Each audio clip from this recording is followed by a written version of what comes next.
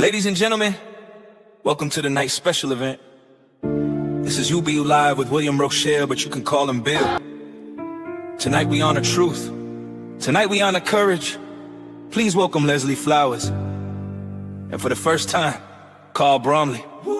Before we begin, let me set the scene. From 54 when the courts are separate and clean. Brown v. board lit a spark in the air, and the country felt the pressure from a truth laid bare. Emmett Till say his name and the room goes still. His story turned heartbreak into fire and will. Montgomery stood strong, that boycott spread, and the movement moved forward with the courage they led. The black community carried the fight. Every march, every voice, every day, every night. Martin preached peace, Malcolm spoke rights. Two different roads, both shining with light. Rise up, stand tall. Freedom calls, every one of us all. Rise up, stand tall. If justice falls and the people fall, then the allies came through with power and stride. Jewish hearts linked arms side by side. White clergy walk steady with a righteous pride. Latino voices strong nationwide.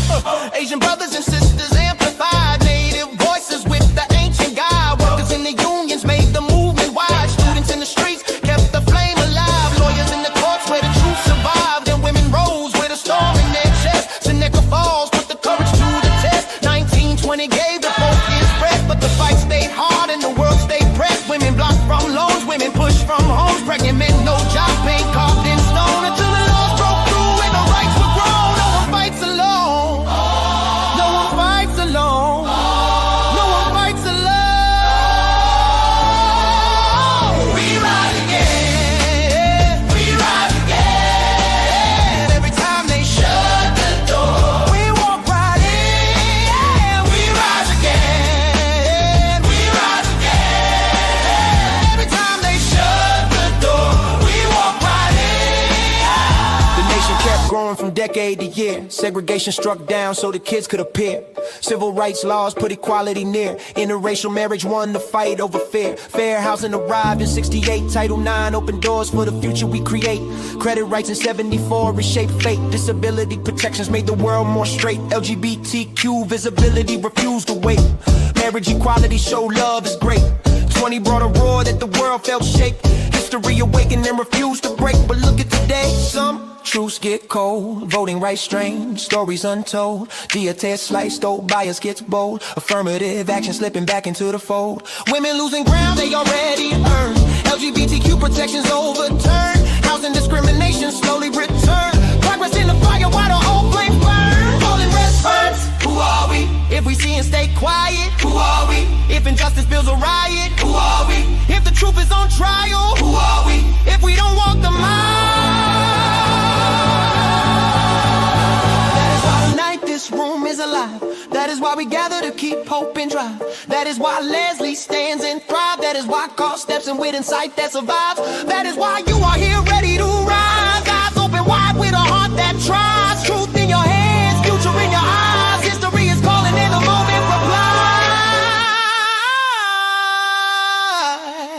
Up, rise up, rise up. Stand with the truth when the times get tough. Rise up, rise up. Freedom is a promise and a promise is us. Rise up, rise up. Stand with the truth when the times get tough. Rise up, rise up. Freedom is a promise and a promise is us. We stand in a fragile moment. A moment that needs courage. A moment that needs truth. A moment that needs every one of us. This is why we gather. This is why we rise.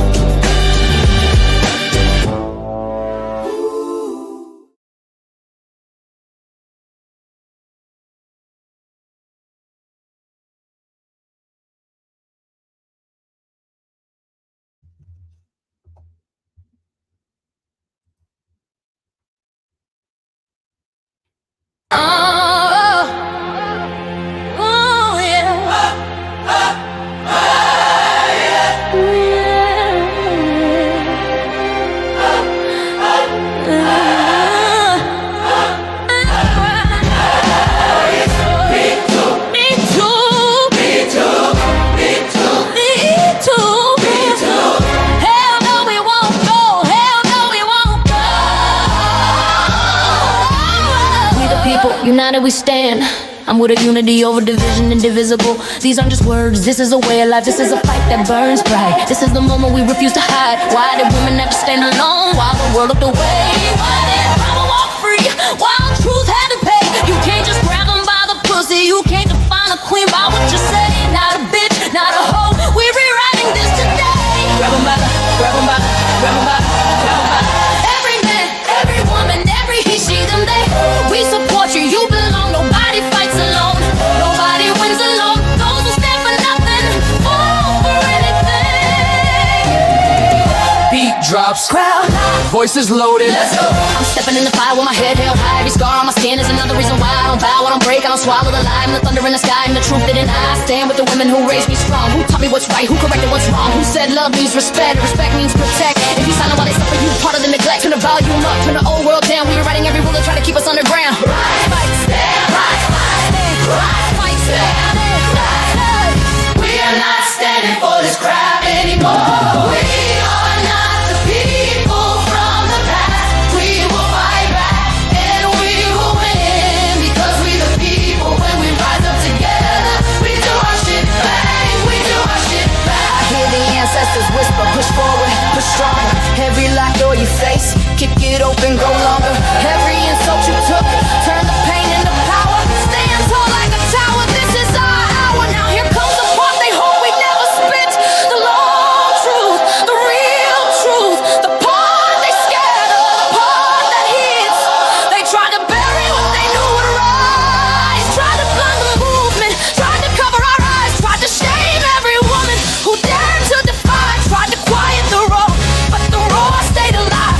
We done with the lies, we done with excuses, we done with abuse, we done with excuses, we done with the systems to silence the bruises. We done with the leaders who treat people like excuses. If you coming for our rights, then we stepping outside with the whole damn crowd, and we marching with pride. Every fist held high, every voice amplified. We the way that can't stop. We the nationwide ride. We the ones in the streets with the bass in our chest. We the ones who believe that equality's blessed. We the future walking forward, never taking less. We the people in the mirror saying rise, progress. We not sitting down, we not stepping back.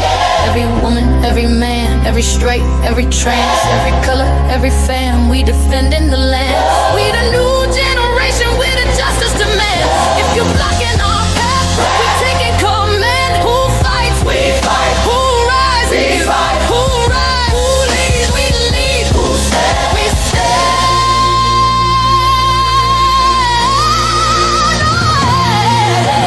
We are not standing for this crap anymore. We are not the people from the past. We will fight back and we will win. Because we the people, when we rise up together, we do our shit. We do our shit. We do our shit. We do our shit. We do our shit. We rise because the truth needs a voice. We rise because silence was never a choice. We rise because justice is a promise we keep. We rise because our children dream while they sleep. We rise because history is watching.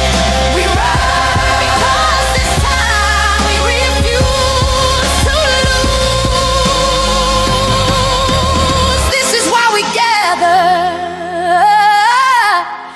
This is why we rise. Because when we rise together, we win. Bang.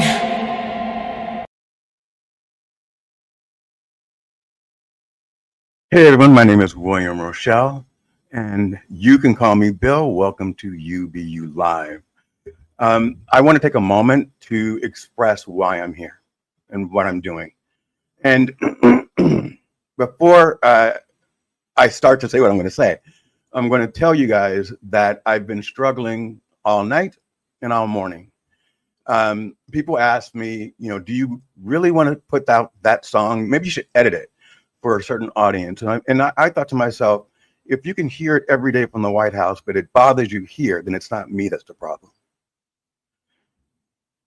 My dad came back from Vietnam. He was a vet, and he didn't get the help he needed. That affected me my entire life. My mom was abused physically for the first 8 years of my life. guns to her head by my dad, burning of the books, all sorts of stuff. It was terrible. And I've lived all of my life in the closet. And this is the first time I've ever said that. I am a part of the LGBTQ community. I understand what it likes to feel rejected. I understand what it feels to be marginalized, to be hated just for breathing. And in the end, oh my God, I cleaned up my house, but I put everything in the back and I can see it. Sorry. Squirrel. In the end, there were a couple of people that pushed me forward. Martha said, I think it was yesterday or the day before, that you inspire me because you're brave. And Americo DaCosta said one day on a message, I don't know if it was a private message or not, but he said, Bill, you know, you're authentic and you're unapologetically you. And I thought, I'm not, because I'm living this part of my life in fear. And I'm letting that go. I'm not taking fear with me in 2026. I'm not living for you or for anyone. I can't be the host of a show called UBU Live if I cannot be me. So I talked to my cousin this morning. He said, all right. So first of all, I talked to my ex-wife, my kids, and everyone to let them know this is going to happen. And I got to sign off on those that I loved. So I need to get that out. I need to let you know that this was not a soundbite for me. This is a rallying call. This is me defending my mother. This is me defending my 12-year-old self. And this is me saying we're not going to allow someone to tell my daughter what to do with her freaking body. She came to me once when she was 12 years old. Sorry, everyone backstage. This is the last story.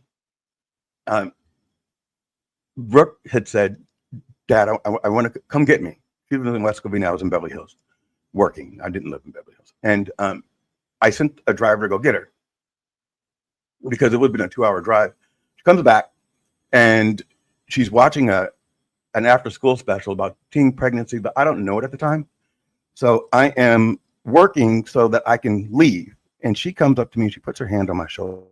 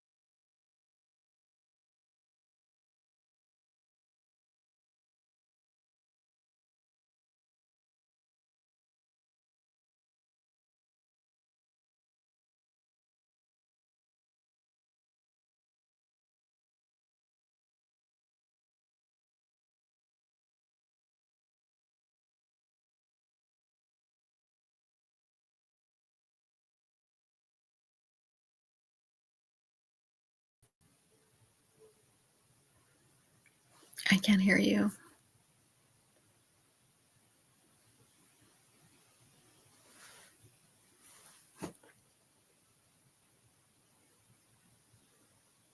I can't hear you.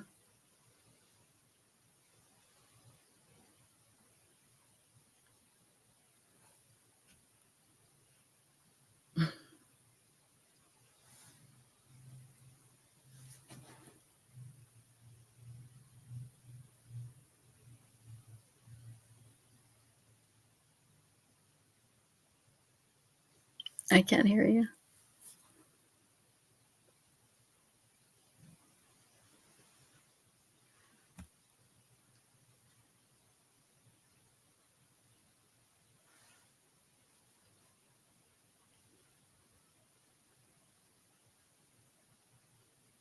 Mhm.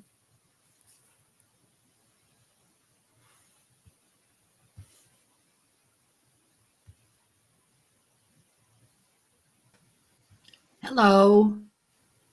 Hi, everybody. Well, I think that he wants us to talk. I Hi, can hear Laura. you. Hi. Can Oh, you hear me, Bill? Can you hear me, Leslie? Yeah, Okay. yeah. It's only Bill right at this point. I I couldn't think hear. I think it's the earphones. I've had that problem before too. That's sometimes, yeah. So how's everybody doing out there in La La Land? Somebody get a picture of Bill with his earphones I like think we might have to learn sign language. so today we're going on to talk about how women over the decades have gone through some mighty changes. And there's Carl. Hey, Carl, can you hear us? And can we hear you? Now it's I can hear you. so it's the Leslie and Carl show until the No, Carl. Lauren's on there. Lauren's Yeah, there. but her face isn't here now. It's like, see. Okay, hang on. Anyway, we're talking about Okay. the decades and the changes. Oh, now none of us are here. I Oh, I I know can. I know what it is. We may still be. Can you guys hear me? Yes, Okay, all right. Thank you, Aaron. Bye. There we go. Good job, Bill. I love Aaron. that's who I Okay. call. Yeah. Yep. Sorry about that, guys. I hit something. I started fiddling with my mic connection, and when I hit the mic, everything went dark. And I appreciate the fact that I have pros on that were able to handle everything. And Aaron Gibson, stay off your phone. Love you, man. Thank you so much. He's walking me through what to do. He says, get Leslie on. So let's start the show from where we left off with you last week, Leslie. Thank you, everybody, for allowing me to have that moment. I really appreciate it. Ladies and gentlemen, Leslie Flowers. Hi. Where do we leave off, Bill? Well, last time we left off, it was probably right at the Me Too movement. We had taken it all the way up, and we were talking about what's next. And what you were saying is, I feel a shift coming. The universe is aligning, Yes. and that's kind of where we were there. That's where we left off, and then due to popular demand, I thought we would just pick back up from there and then get Carl's perspective on it. And Carl, you watched her show, right? Yes. Uh-huh. Yeah. And so just kind of seeing the two perspectives would be great. And so I'm going to allow you two to speak and talk to each other. And Leslie, I'm going to have you go first, my dear. Love you. I appreciate you. Thank you. Thank you. And I appreciate you. Okay. So we did leave it off where Bill, you and myself, we're both seeing the changes, albeit slowly. And we talked about the fact that it has to change, right? By law, by the way, God's law, it isn't static. And so I think we're at a pretty, you guys hear all that? Oh. Is it me again with the feedback? Maybe not. Who knows? It sounds It's good. better. Yeah. It's better. Okay. So we're now slowly, we're up at this pinnacle here where our rights, the things that I fought for and we all fought for, so that if I didn't want to have a child or my children, right? It's a big thing, and it took a lot to get this passed, whether you agree with it or not. So now we're in a very tough time. There's a lot of things that are happening that are going, it could take away all the work that we did. But if you look, there are signs, and you can sit back and smile when you see the signs, because people are actually hanging themselves, people who have done things that perhaps don't align with my values or your values, Carl, right? Yet here's the interesting thing, and I really want to get this from Carl, because Carl, are you a baby boomer like me? I am very definitely a baby boomer. Okay.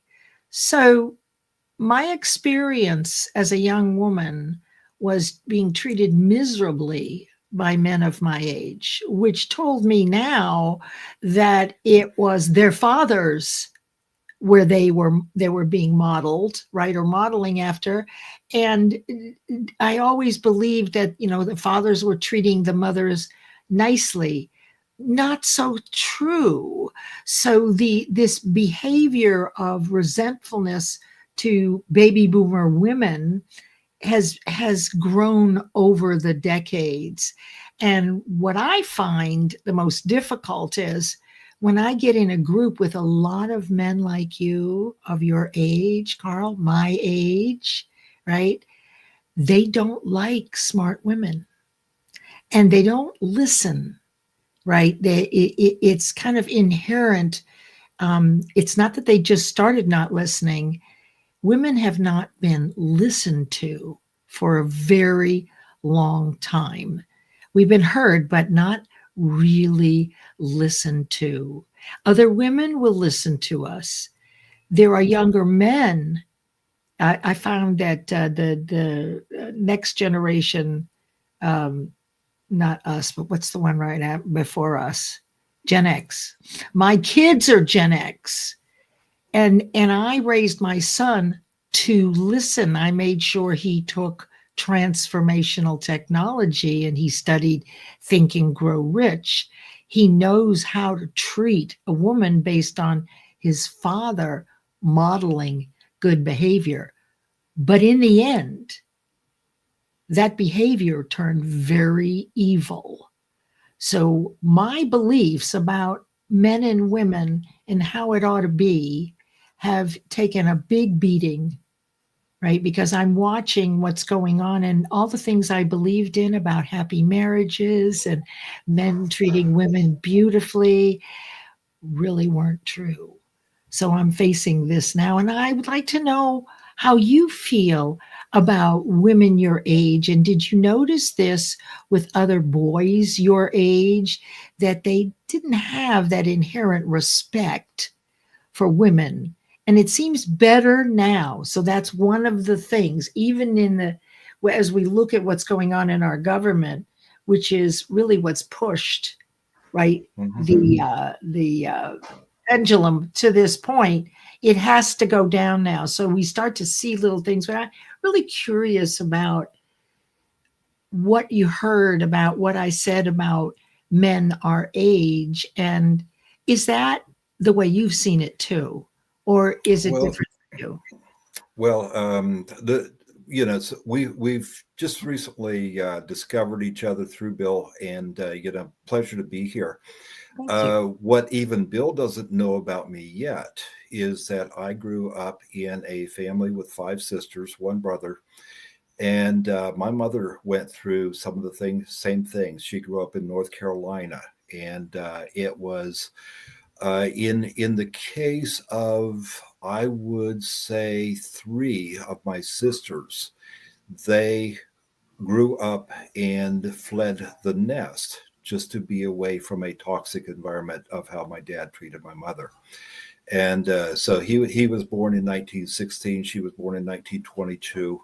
And he was in the service. He was a Marine. And when it came down to family activities, my mother was the glue that held us together.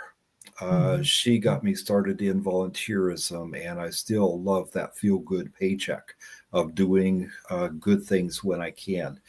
And so a recent show that Bill had with Aaron Gibson, Aaron wants to go on a whirlwind tour of the United States out of Canada and just do good wherever he can go. It's like, I want to wave my flag. I already invited him to Newcastle, where I live. But anyway, over the years, I have seen more and more evidence. I grew up out in the country. I think it is a herd mentality when you grow up in this city or in towns that, one builds off of another. And out in the country, my best friend eventually became a pastor, and Dwayne was a good guy. We did interesting experiments together. Probably drove both my parents crazy, but all in all, we had respect for the family. We had respect for women. And I remember in sixth grade, one of the guys in our high school wanted to let a cute girl cut in line. Well, that's not fair. Wasn't okay. I said it wasn't okay. And he picked a fight with me. It didn't last long. He says, Carl, that's the hardest I've ever been hit, ever. And this was at a reunion maybe 20 years ago. It was just one punch. And, it's not fair. So, and then don't pick on me, because fair is fair. So I believe in being fair. I think a women's movement, I picture it. I would love to picture it. 30 women, arm in arm, elbows interlocked, marching down avenues, not just one row, but many rows, unless the street is wide enough to have more than that. But the solidarity. You see, so really, then what you're saying is that from your viewpoint in your family, and there are families that nurtured, right, properly, if you will, out of respect. But another thing I've noticed is that, that bullies raise bullies. And these things are inbred. These are not things that we can change overnight. So there were a couple of really good questions here. And what I would say is keep your eyes open for the positive. I don't know that it can get this much worse. Frankly, it's at the peak. So now it's going to start going like this. How are we going to take care of women? Well, all of those things are not going to be eradicated. I'll tell you right now that we must believe and visualize that the pendulum has started to swing. We've got people leaving. There were elections, and people are standing up, as we did in the 60s. And by the way, Bill, I wanted to tell you that I flew troops into and out of Vietnam in the 60s, which means I might have been with your dad. Yeah. I mean, it's not impossible, but it's he very was a paratrooper. Huh? Oh, he was. Yeah, Okay. I have pictures of him kind of. Probably didn't jump out of your plane. I have there are blood wings that you earn. It looks like a parachute, and I have that pin because when we were stewardesses and we were taking 250 guys over into Vietnam to let them loose, they had all these medals that they had earned in basic training, but they couldn't take any of them with them. Obviously, they're going to be in Vietnam for a year. So the stewardesses, they gave them to us. I have an MP badge, but I will tell you, the difference between dropping them off with raised tattoos, young boys, nervous as all get out, and 30 minutes later, the plane is loaded up with 250 men who are scared to death, the complete antithesis of the energy. Everybody's smoking cigarettes. Nobody's talking. They're shell-shocked. So I was really very fortunate to be able to see that. And that's when I was going to San Francisco State, and it was kind of a wild place. But it's challenging. Just look up. Start looking for the changes that are good instead of noticing the ones that aren't, and you'll see them. Yeah, I'm feeling it. I'm feeling it big time. And that's what made me want to leave anything. I need to let everything out right now and move forward with my life. Carl, did you serve or?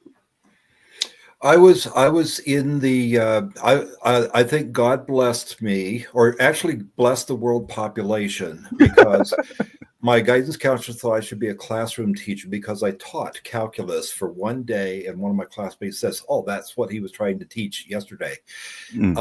I did very well in the sciences. People at my church thought I should be a preacher. Yeah, but the question was, did you serve? I would be the boringest. Okay. God kept me out of officer candidate school because lack of common sense probably would have killed too many people. Got you. So God picked a path for me that was wasn't different. in the military. My brother served in the Air Force. He was a medic and prosthetics fitter in the Philippines. Got a lot of Vietnam casualties, and my dad was a Marine during the Korean occupation. So Yeah, I was just asking because there were so many people that got affected by Vietnam, and the way that we took care of our troops when they came back, they weren't held as heroes because there were protests going on against Vietnam. So it's kind of like, it's almost like what's going on right now, where we're entering into wars that we don't need to be in. Well, no reason. They were scapegoats for the government policies. They were the troops on the ground, but they got the backlash for the government policies that were things that happened in Washington at the Pentagon. Thank you very much. Go ahead, Leslie. No, I'm just listening to what you're going to say. Oh, I was going to defer back to you. I just wanted to know if Carl served in the Vietnam War, because it wasn't until recently my uncle Pooji told me that my dad was brilliant, and then he told me, but when he came back from Vietnam, he was a different person. And so I know a couple of family members who said the same thing. Was that common? Why did they come back so damaged? And then let's get right back into the women's rights. Okay, well, I can tell you why, because I was in an attack and ran across the runway into a little bunker with American military men running next to me, holding my hand and just pulling us, the stewardesses, along, because a whole year of rockets that are 90-pound rockets that when they hit the ground, they splinter like this, and they can be carried on someone's back. It's a whole year of anxiety. They have an R&R, which is like a break somewhere in between a couple of weeks where a family will come over and they'll go somewhere. But it is a year of living in fear of being killed, of your best friend being killed, and you're in a strange country. You know, your feet are moldy from the dampness. It's misery.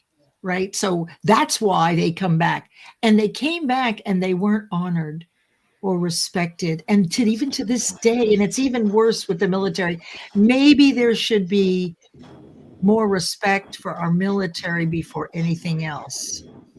That's kind of what I think. So that's, for me, that's why they were horrible conditions, terrible conditions. Yes. And these are 17, 18, 19-year-old boys just getting out of high school with raised tattoos on their arms, scared they were drafted. Right. So it's different, right? You remember, Carl? Yeah. Right? Yes. I was one of the first years when the draft lottery came in, and I had a high number, so I wasn't forced into choosing which branch of the service or whatever. So, like I say, God put me on a different path, and I like being like here with Bill, with you, Leslie, and if I were going to make any suggestions for the young ladies who are out there who might be within families, don't sell out cheap. Find a guy that chooses to respect women of his own free will, and don't date guys that won't. I worked in construction in San Francisco, and one guy was just hooping and hollering at anything that moved, blonde ponytail, across a wide avenue, 4 stories down. We're on the roof of a 4-story, and he's on the ground, or the ponytail's on the ground. But at 10 o'clock, after all this mess, he says, "Carl, can you tell if that's a girl?" Yes. So one of the girls from my church, I said, "Don't ever date a guy like that." Right. In fact, warn your friends not to be a guy like that. Bill, back to you. The women's rights. I think women can be a good influence on guys, especially when they're young, before they get to the formative years. Mid-20s are when their core beliefs and personality just kind of coalesce. And Between that, be specific. Who, women or men in their 20s? Okay.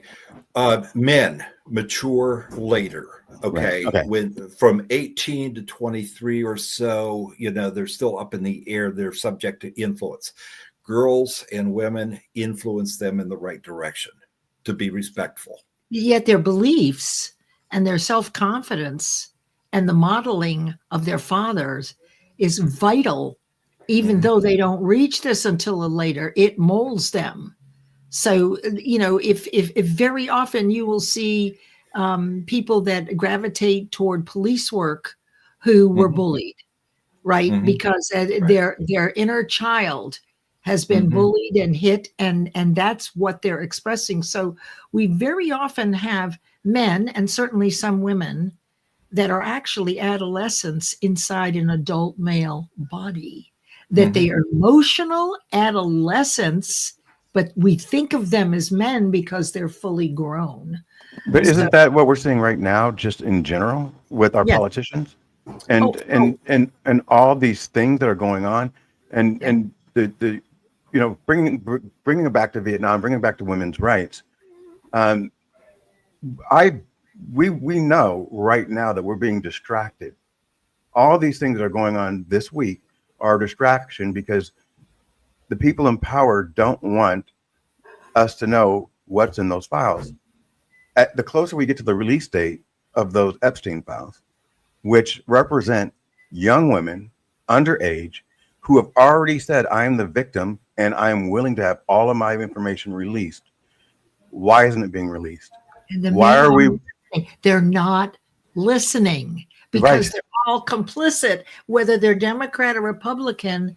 I mean, we have kind of a breakdown in moral fiber, I think. I mean, it feels like the fall of the Roman Empire in a way to me, morally, because what we're experiencing now from our leadership is the antithesis of how we were raised, right? It's the opposite of how we were raised. Thank It's you. money first, people second, not people first, money second, right? That's yeah. So I'm going to ask Lauren this question. Hey, Lauren, everyone, this is Lauren. Are you muted, or did I mute you, or are you muted? Muted I'm yourself? muted. Okay. Muted. Thank you. So, Lauren, bring it forward. Part of what I wrote in the intro song was we rise because our kids dream when they sleep, and that part meant a lot to me because it's not about us. It's about the generation that we grow with. And Leslie, you said something, and Carl, you said something that I 100% appreciate. And it's that you were raised by parents that were raised by parents that were raised. And so at some point, we have to break those generational curses.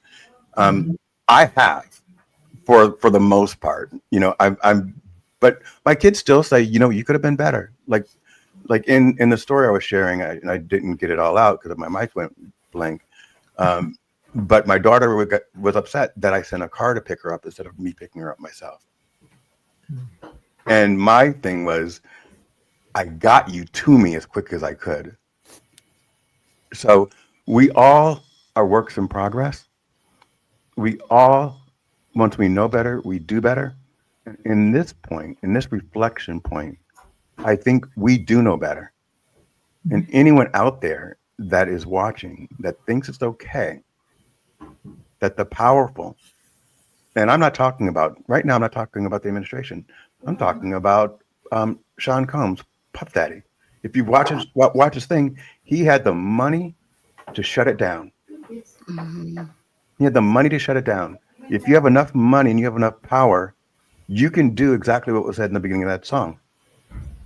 And that is where I'm pissed. Why do the victims have to be punished while the power gets to walk free? Those victims are still dealing with the hurt. I'm still dealing with the hurt from what happened to me. So you're asking them to relive it on a public stage, and someone can say it's fake news. And because you're a man, and because you're not a man of color, Sorry, Carl. No problem. You get it, you get an excuse. And that's when we say white privilege. Because if Obama had done one of these things, one, one, that he would have been out. Period. Full stop. So how do we reconcile that, Lauren, as our generation? And then I would like to hear from Carl about what his thoughts on it. So let's start with Lauren. You know, that's a tough question. I don't even know if you can reconcile something like that. I just want to let's circle back to, like, my mother was abused when she was young, and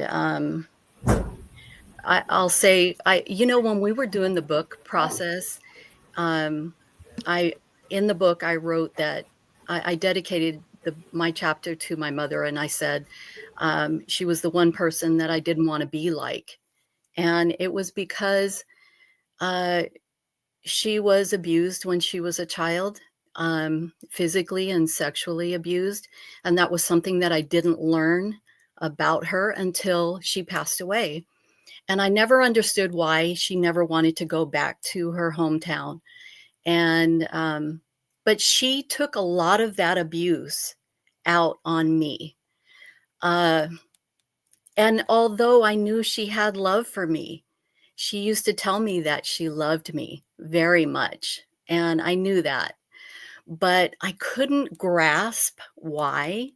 So anyway, moving forward, I don't know if there is a way to um, move on and move past those generational curses. The only thing that we can do as parents is be better and try to, I know I learned from my mistakes. I had my issues with my children, and my daughter, ironically, never wants to have kids. And so, I mean, we're stuck there. She does not want to have children because of, you know, I don't know if it was because she grew up mostly without me. She was raised by her dad, and there were issues there. That's in my chapter. But, it, you know, I think we're just, I don't know. I am so, when it comes to like the whole Diddy thing, P. Diddy and the Epstein files, it is all such a hot mess. And, the world is a mess. And so when you're trying every day to gravitate to something positive, Yep. and you're working really hard to stay positive, but you have this in your head and this in the news, and this is like, how do you even move past all of that? So my These question to poor- you, Lauren, is but or actually for Carl, how do you not watch it? And I'm going to go back to you, Lauren, because my thought process is, if I turn a blind eye, then who's going to stand up? And I don't think that you need to stand up for yourself. I think it's time that me and Carl stood up for you.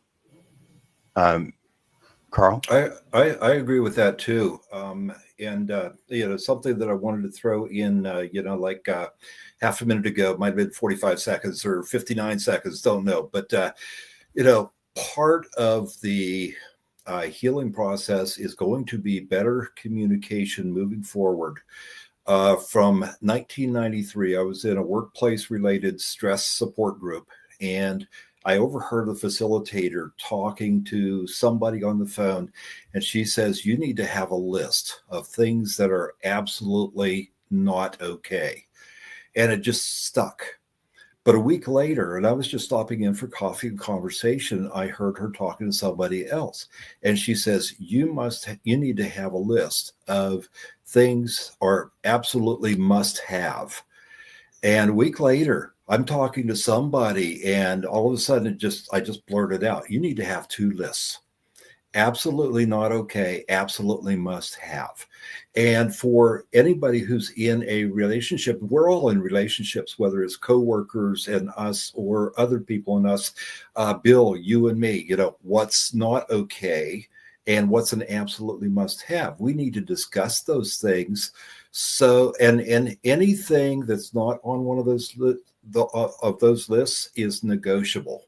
And so the lists need to be updated a little bit. But I think that needs to be out there to a bigger audience. And, I thank God that this venue is here where we can talk about things. About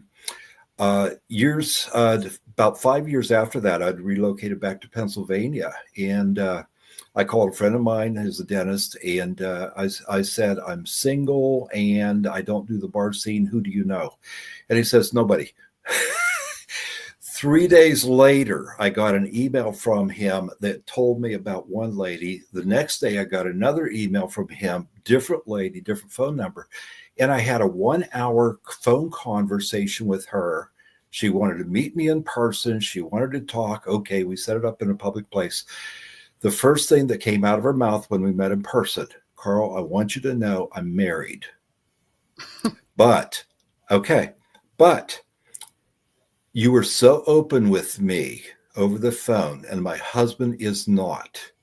He had hidden issues that it's my belief, and God never has me do follow up on these things. It's my belief that he had issues that he wanted to resolve, but he wasn't confident that his wife would be his partner in helping him with those issues. It's like, chucked out, it's either bullying or sarcasm or something like that. He needed to have confidence in his wife, and she needed to let him know that she was there to help. And after 2 hours of talking in person, she was ready to do that. So it's, just opportunities. God puts me in strange places for good reasons. You're muted. Bill. Hi, Bill. I know. Where's Aaron? I need an executive remote producer. Lauren. Go ahead. Go ahead. No. Well, I just wanted to bring something up. That's an isolated incident. I just want to, for the woman who you met who was married, I am going to give you some real details here. Okay. Do it. My marriage broke up at the year of 2002. I went on a site, and I think that dating online is crazy. I never had a good experience with it. But anyway, slim pickings for women. I went on a site called plentyoffish.com. Now, understand that the under part of that is that sex is going to be discussed. Okay, it's not taboo. Everybody knows that that's where we're going. You were on Plenty of Fish? Right. Oh, yes. Yeah. But anyway. You didn't use J-Date? Come on. I know. I told you I don't like Jewish boys very much because they remind me of my brother and my father, and that doesn't work for me. Right. But anyway, here's what I want to tell you. I went on there with my picture, and within the first few days, I had 80 men reach out to me. "You are the one. I am the one for you." And I had totally forgotten to say that married men need not apply. And then there was still a few. I said, "Go back." I sent them all a message because I couldn't figure out, but I hadn't told them. I said, "Go back and find out what it is that you fell in love with your wife." And they all said the same thing. "She's my best friend. I love her. And I don't want to leave her, but it's just not exciting anymore." Now, when I sent back that message, there was still 3 or 4 that says, "Yeah, but I'll rock your world, lady." So, what are you talking about? The percentages of men that are out there cheating, and the ease with which men can cheat in their town. I did some research and investigation on this. It Okay. happens in every little town in the United States, and it goes on all the time. You don't want to know, because once you know what's going on, you'll see it everywhere. Yes. Yes. So it was a horrifying experience to realize that all these men were willing to cheat on their wives. They didn't want to, be responsible like Carl, like your friend was. But Well, why is it? Oh, go ahead. Go ahead, Carl. I lost my train of thought, Bill. Go for it. Okay. Why is it that women, and this is a different thing, but why is it that, why would a woman date a married man? I don't understand that mentality either. Safe. It's nice Excellent. and safe, right? Really, There's no Lauren, you commitment. too? No commitment. It's safe, right? Not that I would date a married man, but I'm just saying, especially the young ones, or they're looking, right? They're looking for sugar daddies, right? And these men, bless their hearts, remember they're 16 inside a 45-year-old body. Absolutely. So when push comes to shove, it's really out sowing your oats. That's the thing they miss the most. That's what they loved doing when they were 16. They're really still 16. Mhm. And that's what they go for when their marriage breaks up. But they don't want the marriage to break up. They want to have their cake and eat it too. There's always a plan B. That doesn't work for women. Lauren? Anyway, I've said enough. No, you said that was great. That was a great share. I am loving this. I'm loving this conversation.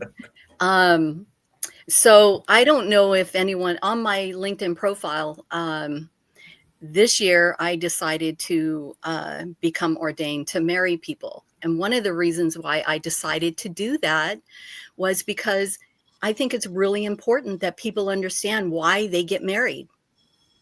Why are you getting married? Why do you want to be married? Why do you feel the need to be married? If you're going to be married, why do you want to have an affair? And I will tell you that I am pursued by married men on a regular.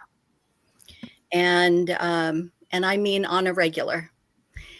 On LinkedIn, and in my face, at the grocery store, and then I say to them, I have a quick question for you. Are you married?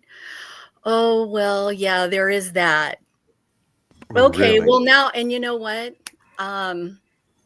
So I have my own stories behind that.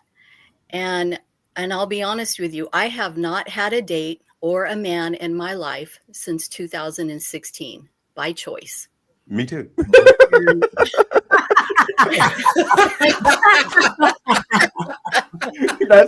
may try to go the other Well, way. honey, then you and I, we can go on a date. Been that and we'll just long. figure it out. Right now I feel like I'm falling more in love with the soul than a person. Like the energy, it's just like, forget everything else. It's too much. Then after 2020, it's kind of an odd thing, because after 2020, we were all closed up. So you couldn't go out and meet people. So what do? I'm not bringing anyone in my home. It just kind of, what do you do? I know that Carl met his wife, Jane or Janine? Yeah, Jane. Jane, and you met online, and Correct. You have your 5 flags, but we're not going to go through all 5 unless you're going to do them really quick. No, it's called Red Letter Days. Okay. Red Letter Day number 1 is when we met online. My profile went across her screen. I got a thing that says, I'm interested in you. I know it's 1 click. And I typed back, are you a real person or a robot?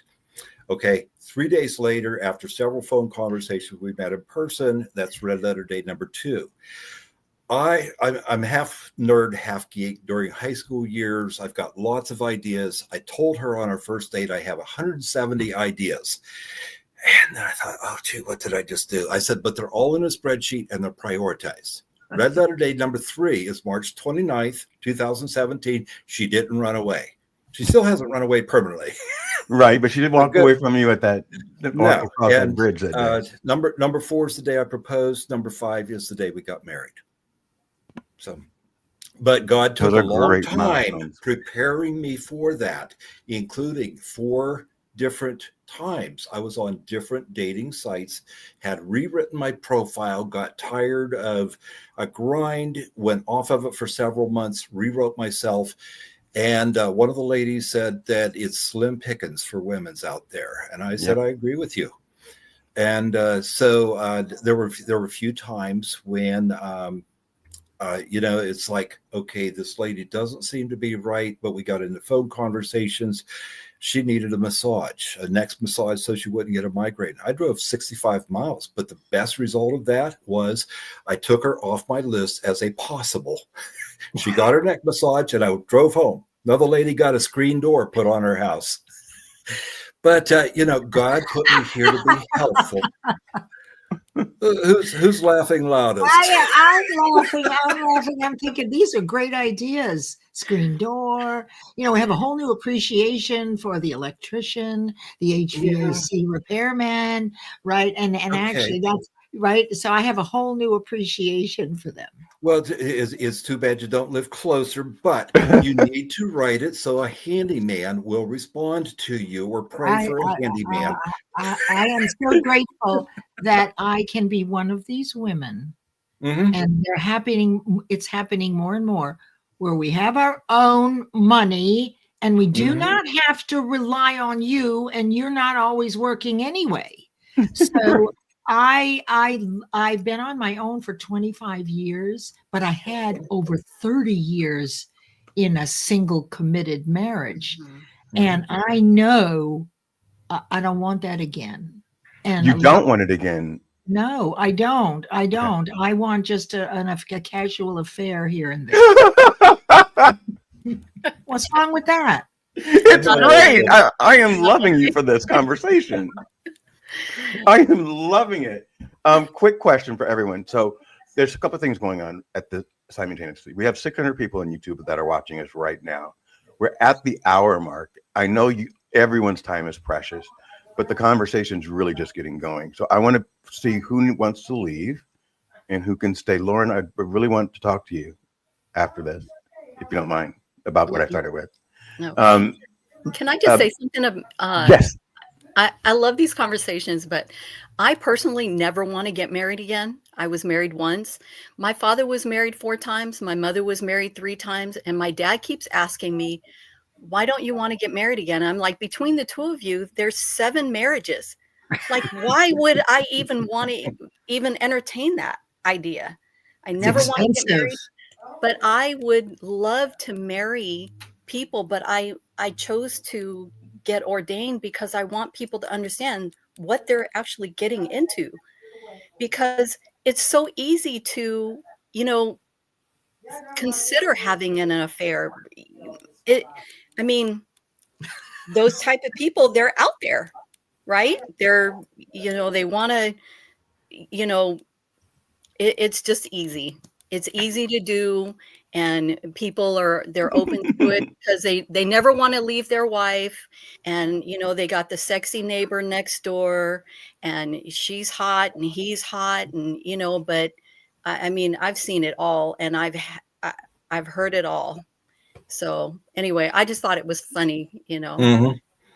Well, we just had a woman from our congregation pass away recently. Her services are this week, but she was going for cancer therapy. I had a chance. I was as a deacon, we do transportation for people who need help. So I took Fran to her lab, and her husband was on his last few days. And we didn't know it at that time, but I took her for a visit there if she felt like it, if she was up to it. And so Fran visited Bill, and this was the last time that I saw him alive. But the love talking back and forth after 55 years of marriage, that strong love. And it's like Fran really didn't care as much about living anymore. And I consider it a blessing that she passed and now she can be with Bill. But, there are some marriages out there that are 50, 60, almost 70 years young. with the right people. My first marriage, I stayed in that marriage. We kind of agreed halfway that maybe we aren't meant for each other. She was in California, third generation Japanese. And, there were very, very, very good parts of that marriage. And this time around, it's like, I want to have the stability of a family, but I know it's the right thing to do. And for me, it's the right thing to do, but I am going to be ready and I'm going to be committed before I get in. So 4 years of preparation between 2000, my first date was in 2013. I remember the exact day because it was my parents' anniversary date, September 15th in 2013. But it took until 2017 to find the right lady and to be properly prepared for that. And I was a handyman for more jobs than you know. But Absolutely. it was a blessing. Absolutely, Carl. So we'll go throw to Leslie real quick because I know that you're on a schedule and I'm running behind. How are you on time, Leslie? I'm good. You're good. Okay, good.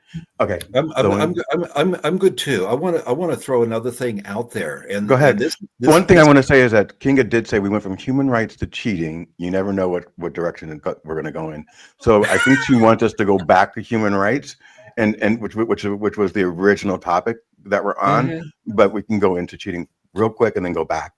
Okay, every human should have the right to this. There's a gentleman who's he was a pastor, converted to comedian, and he does Laugh Your Way to a Better Marriage. And Mark Gungor is so funny. And I'll send links because it's also appropriate if you can be in the same room for a while and you look at the foibles between the way men think and the way women think. Guy is, Do you think that men fear powerful women? If they're not prepared for it, and if the power is abusive power, there are some women who will abuse their power. But if so hold on, Carl. So you're saying, so okay, let's be clear. All right. So you're saying there's some women that will abuse power, but we're watching an entire stack of men that are abusing power right now. So absolutely. So that brings me back to Lauren. How are women voting against their own interest? And Hispanic and blacks, like how are those people voting for Trump?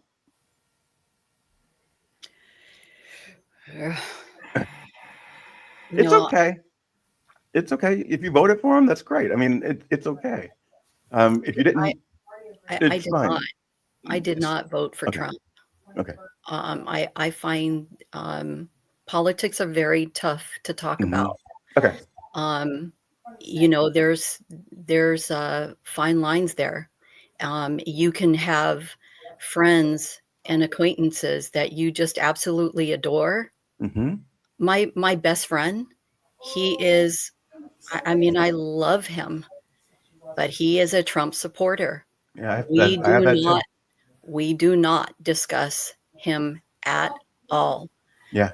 I find this whole Epstein thing revolting. It's a disgrace that these women are having to fight their way through, and for someone to say it's a hoax, and they're having to claw their way out of telling their truth. I mean, it's unfortunate that some women will use abuse as a tool to get what they want. And I'm not saying that every woman does it, but there are women who have, used it to their advantage to get what they want. But for those women who are genuinely being abused and raped and in this particular situation, including Epstein and P. Diddy, and even the stories that are unheard of. and we're not hearing all about it. This, I mean, for what it's worth, every 15 minutes, a woman is being raped in the United States. Yes. And let me share with you, Lauren. You know, I'm a little older, and I can tell you that at 17, I was working at Stanford Research Institute for a very famous endocrinologist, and I was doing rat studies. And this man chased me in the rat room, grabbed at me, kissed me, was playing pan during the day with my mother. There was nowhere to go. So most of us at 17, there was no place, no one would listen, right? Absolutely. There was nowhere to go and say anything, you know. And no matter when I got married and I moved to North Carolina, my boss said, "Oh, come on, Leslie." You know, I was really thin and right. Yeah. When Yeah. do you want to do this? And I said, "I'm married. I don't want to." So these things take time. I think that it's up to us moms and dads to be the best leaders we can be and aspire to live as moral a life as we can. And then when we screw up, that we take full responsibility and let the children know that we did make a mistake and here's how we're going to solve it. Because it's never going to be perfect. But it's each one of us, don't you think, have to model and walk the walk of a person. I will tell you, I know if somebody had called me a piggy, or if anybody had said, Oh, "Are you a stupid absolutely. person?" But these people are afraid of poverty. They'll lose their job. And they're now also afraid of being attacked or killed. So that's a very good reason not to say anything if you're scared for Yeah. your life, right? Don't you think? So would we, you know, people say, why didn't anybody stand up and say, you know, don't call her piggy, or you don't call people stupid, or whatever it is that was just so absolutely ridiculous and disrespectful. But nobody did. Everybody's afraid. They're afraid of the repercussions of what's going on behind closed doors. Right. It's poverty. They're going to lose their job. That's the fear of poverty, and it's real. And it's also now a death threat for many people. And it's also the fear of criticism and judgment by your peers. So there's a lot of reasons to have people give up and shave down and massage their morals to kind of fit in the context that they're working in. Yeah. Yeah. Yeah. Absolutely. I think it's tough. I mean, you know, me personally, and I only speak for myself, I think for me, if I were in that situation, I know me and I know how pig-headed I am. I would speak on it. Me too. I would absolutely speak on it. And I don't give, and you know, I apologize, but I don't give two shits. I really don't. You can be the president of the United States. If you come at me in that direction, I have something for you. And you know what? And I'm right here speaking on supporting it. you too. Absolutely. And this is that he is my age. The president is my age. I have fought him off in the back seat of a car to drive in. I mean, this behavior, it was rampant when I was growing up. So I already know, right, this behavior and how to, So anyway, it's. Hey, Carl, can you do me a favor? Yep. I think your television's on in the background, so we're getting some feedback. That's why I keep muting your mic. I didn't know I was unmuted again, but Jade has a phone conversation. I muted myself first, but okay. I'll just leave me muted until. Okay, that's the only reason why I'm muting you, just to let you know. So when you have something to say, just raise your hand. All right. Yeah, I just think it's unfortunate, you know, that these women are fighting and clawing their way into to be justified, and then to be considered, you know, like P. Diddy, to even have the audacity to ask to be pardoned. I'm like, excuse me, you know, I can't stand him. He is worthless. I don't care how much money you have, and I don't care what kind of background you have. He came, here's the part that really gets me is he came from nothing, from poverty, Mhm. and he used his power and his money, Mhm. and he was, you know, drugging women and abusing them, and the same with all of these men who are in power and have money. Look, you know, this is why I tell people, don't put yourself in precarious situations. If you avoid those situations, you know, money will draw people in. It will, you know, it's kind of like the kid in the candy store when you're, you know, you're drawn into it and you want to have that kind of lifestyle, and you're, you know, it'll draw you in, but I'll tell you what, it's also a trap. And if you're not mindful, you'll get caught up in it. That's why my life, I avoid every possible it. My life is simple, minimal and simple. I don't get caught up in the hype. I don't get caught up in, you know, and that's what I try to teach these girls. I listen to these conversations, these young girls, and they're talking about, oh, this guy and that guy. And I say, yeah, it all sounds good. It all sounds good. It looks good. He looks good. Yeah, he's gorgeous. But what's going on behind closed doors? What is he doing? You know, I have a coworker who is, you know, she's in her 40s and she is precious, but I hear these little key words that she says, and I was in my 40s once too.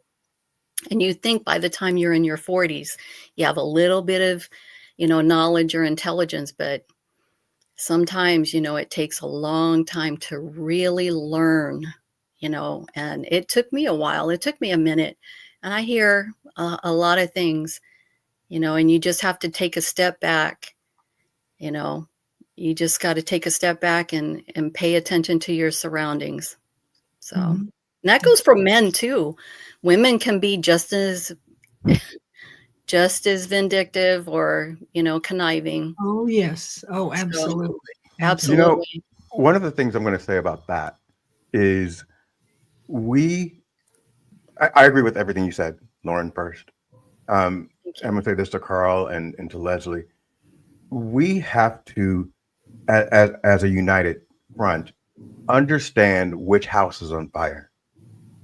So when Black Lives Matters comes out, it's because that portion of America was being killed at a higher rate for just walking across the street. Why are we talking about women's rights? They're being stripped away.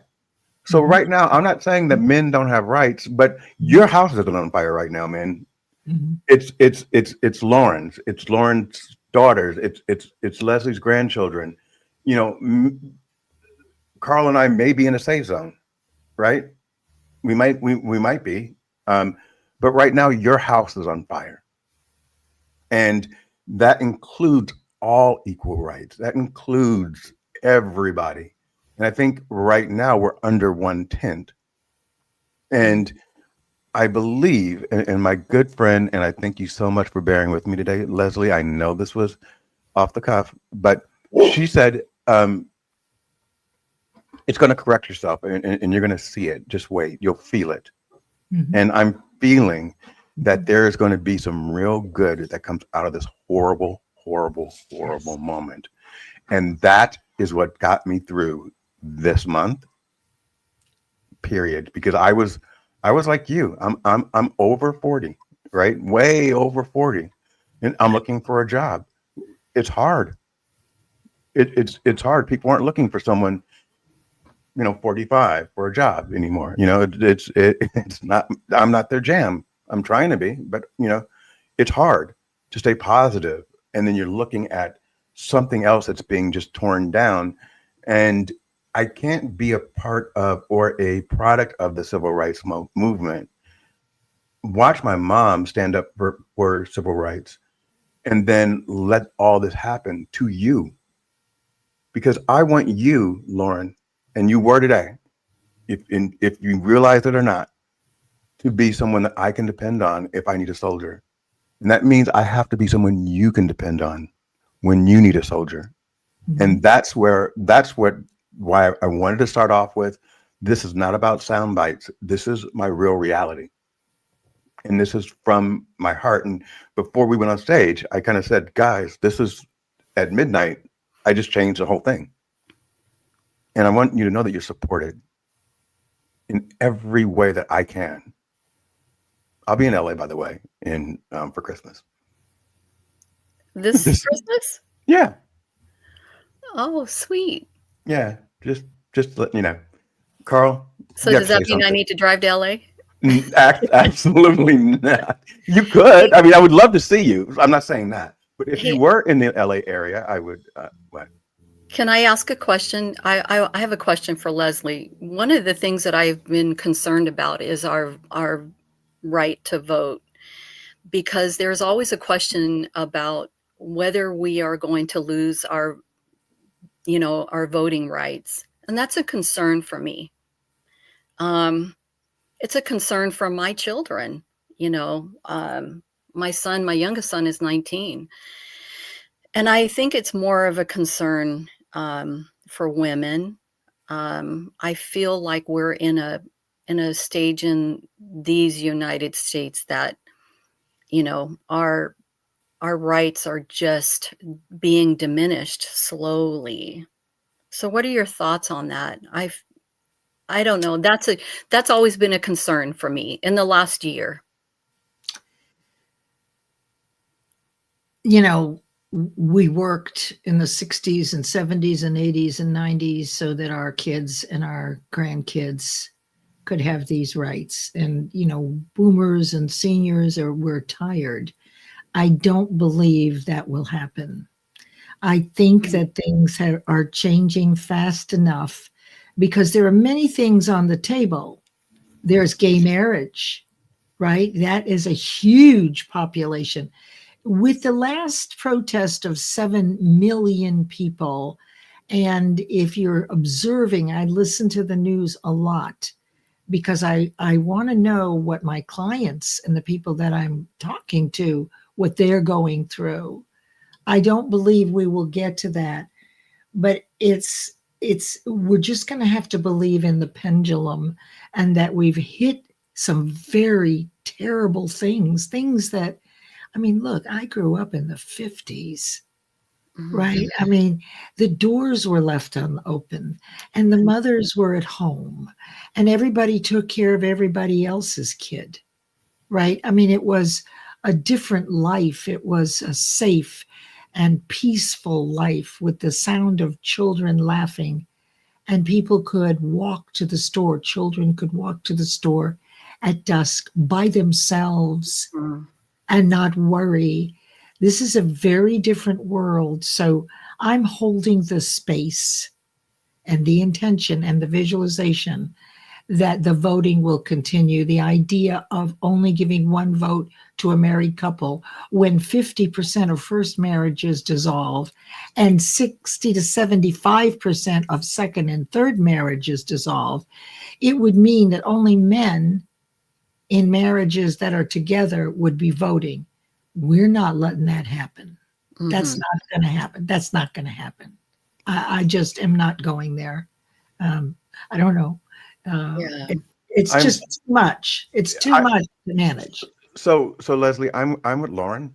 I'm very afraid about that. It seems like it could be a real possibility. And Lauren, this is one of the reasons why I'm keeping my eyes always on the news, which is detrimental to my mental health, to be honest with you. I need to stop. But I'm looking at it and I'm saying piece by piece, because I'm looking at it so much, I can see what direction we're going in. And I'm praying every day that we get pulled back.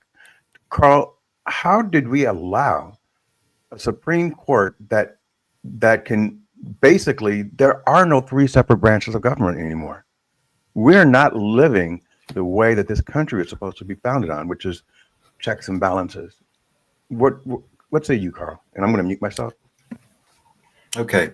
And how do we get there? We let a few people with loud voices take center stage, and they might have used a little bit of money here and there to make sure the cameras were on them instead of somebody else.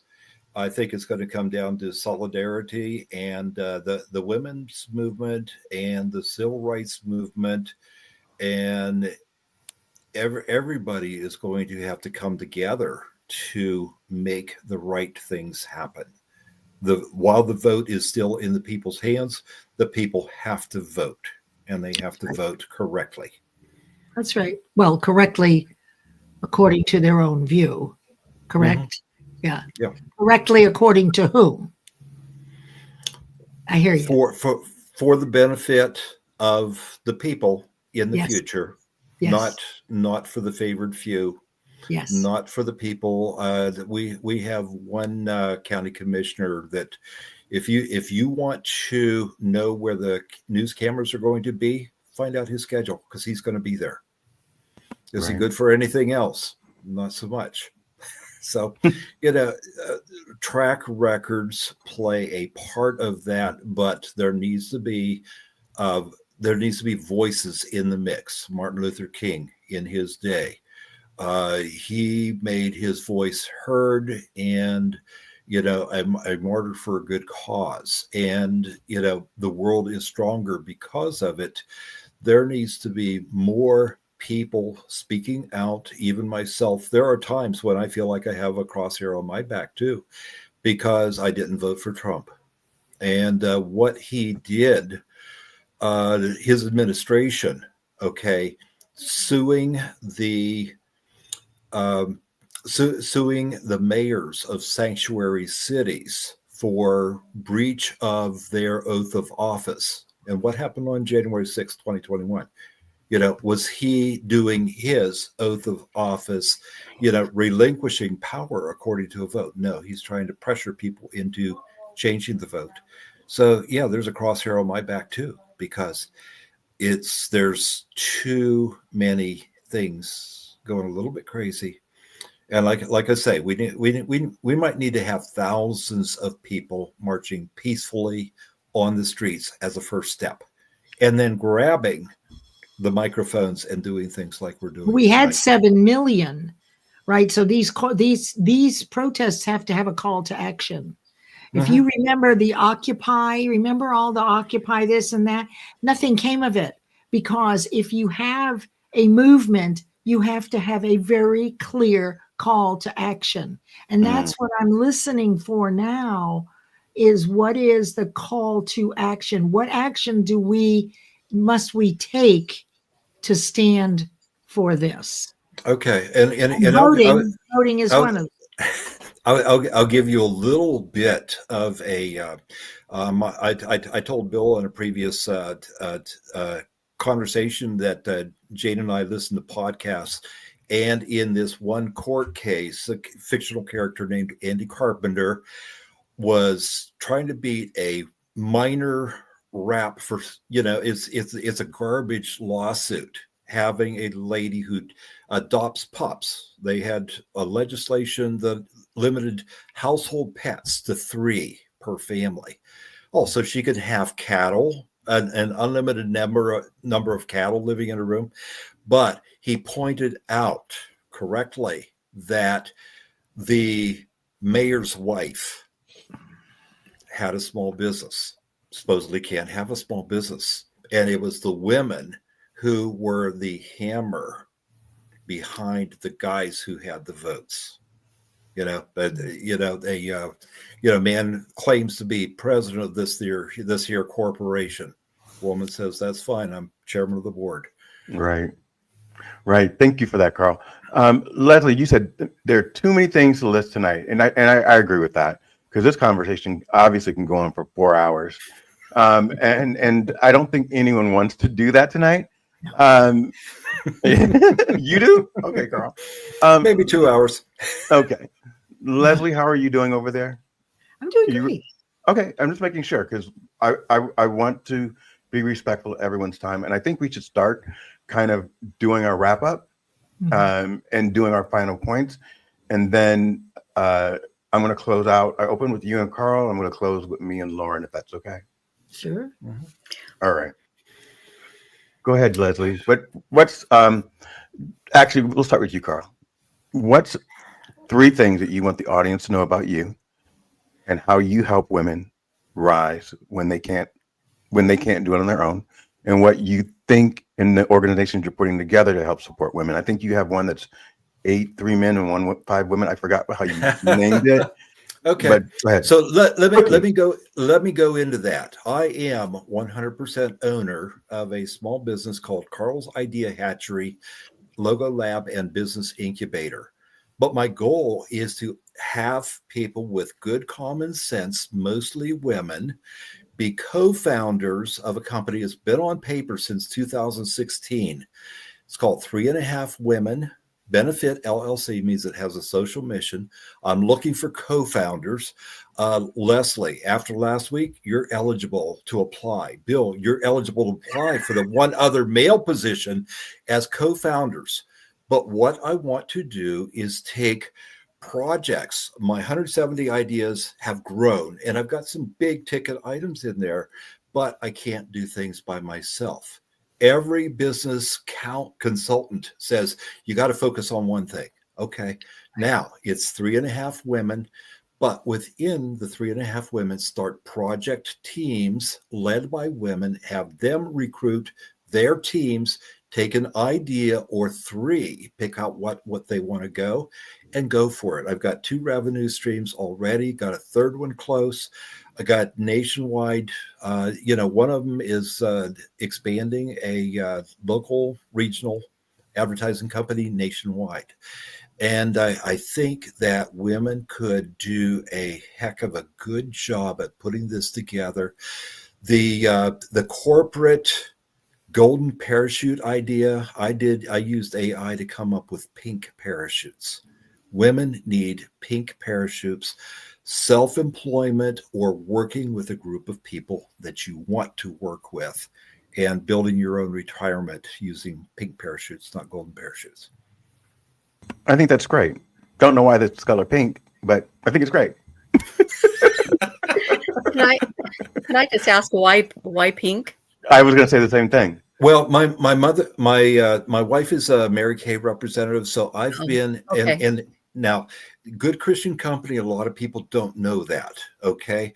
But God first, their priorities, God first, family second, career third. Yeah. And they practice and preach the golden rule, do unto others. They don't steal anybody else's customers. But I have been, and they also have an award, a recognition every year on a national level, international level, of Miss Go Give. As who gives selflessly. Well, I've been a Mr. Go Give for 4 years, and I've got a few products that I think Mary Kay Corporation would benefit from. But the question was why pink? Just tell us why pink. Answer the question. Pink. Yeah.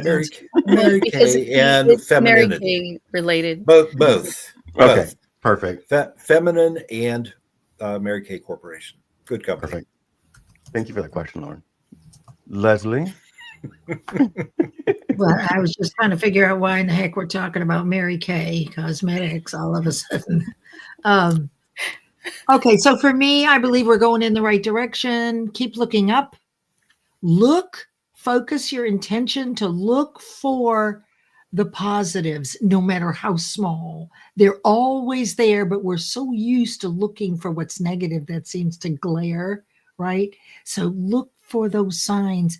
The more of them you see, you'll watch things start the crescendo moving down. You're going to see people leaving government. You're going to see elections. You're going to see impeachments. You're going to see people being fired, right? You're going to see the courts are doing a great job. I don't know what to tell you about our Supreme Court, except that it was jury rigging that got in those 3 conservative judges by absolutely.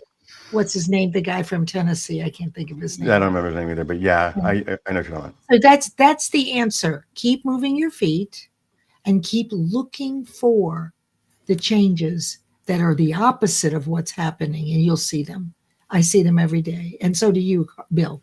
Yes, I do. I feel very good about it. And I left last week feeling even more empowered after speaking with you.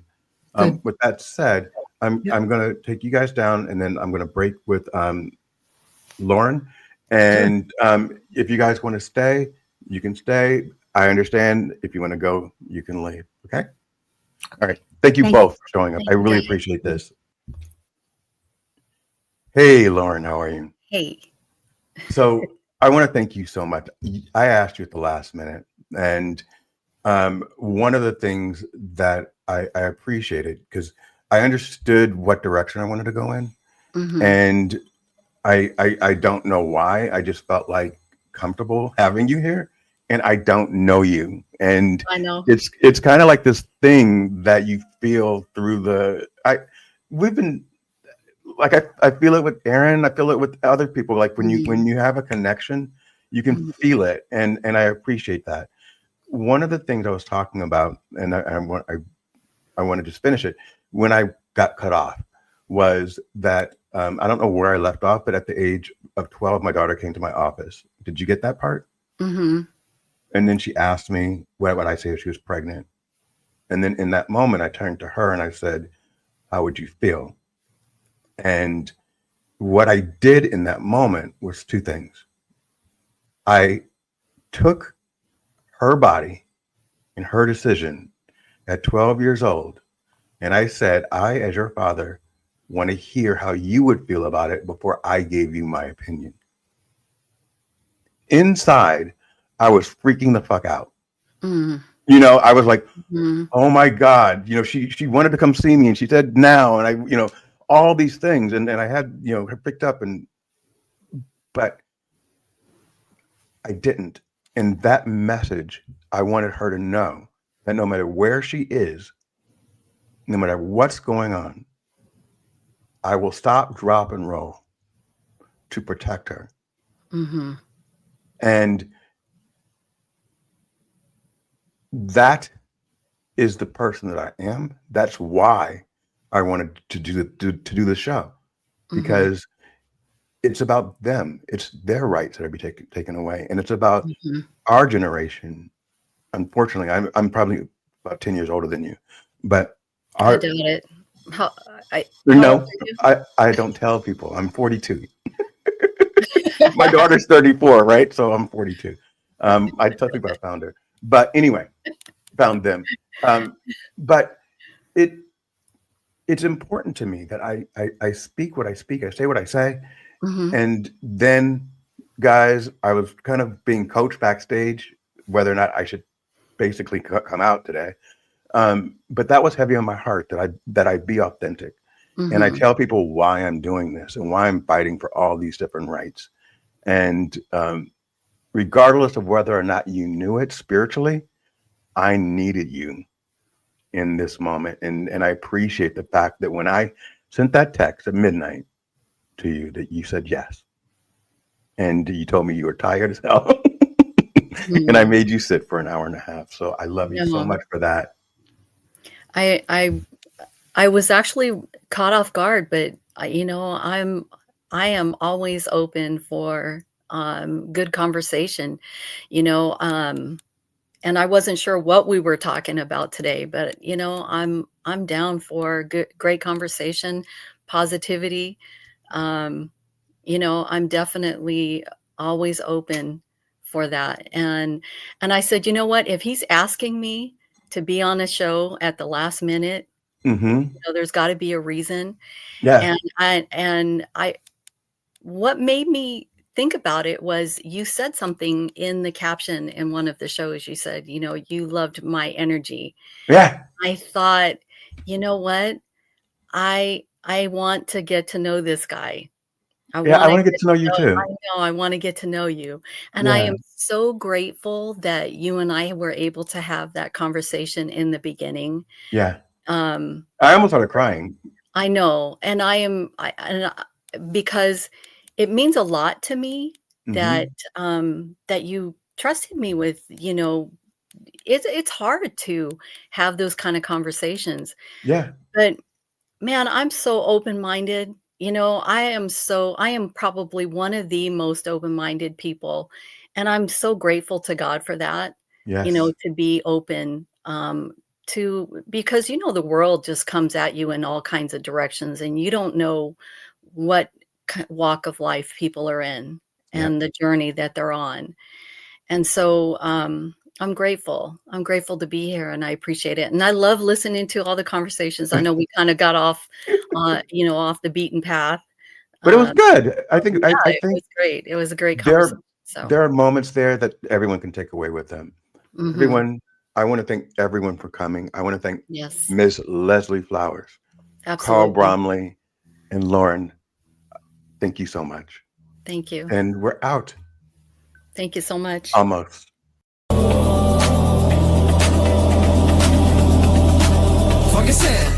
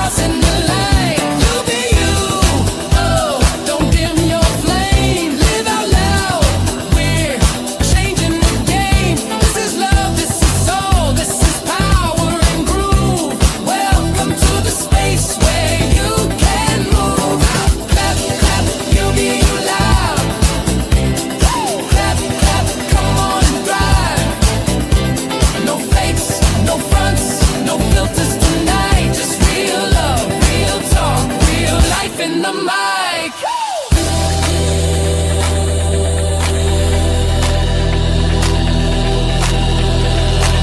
Funk is in.